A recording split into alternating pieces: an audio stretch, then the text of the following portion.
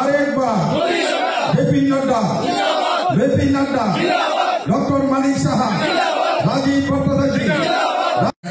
বাড়িতে 45 পরিবারে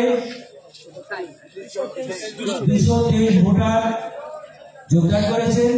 তাদেরকে ভারতীয় জনতা পার্টিতে অভিনন্দন। আমরা এবং তাদের বিভিন্ন ভাবে আমাদের সংগঠনের সাথে যুক্ত করে এখানে যে সমস্ত ভারতীয় জনতা পার্টির কার্যকর্তা নিয়ে আমরা সবাই কাজ করব।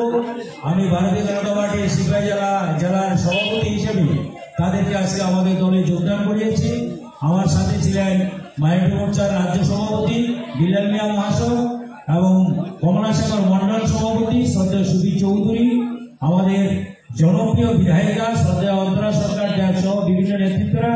তাদেরকে আমরা সবাইকে সবকা সাথ সবকা বিকাশ সবকা প্রয়াসে এবং আমাদের একই পরিবারে হিসেবে আমরা দায়িত্ব নিয়ে কাজ করব এই আশা ভরসা রাখছি। নমস্কার।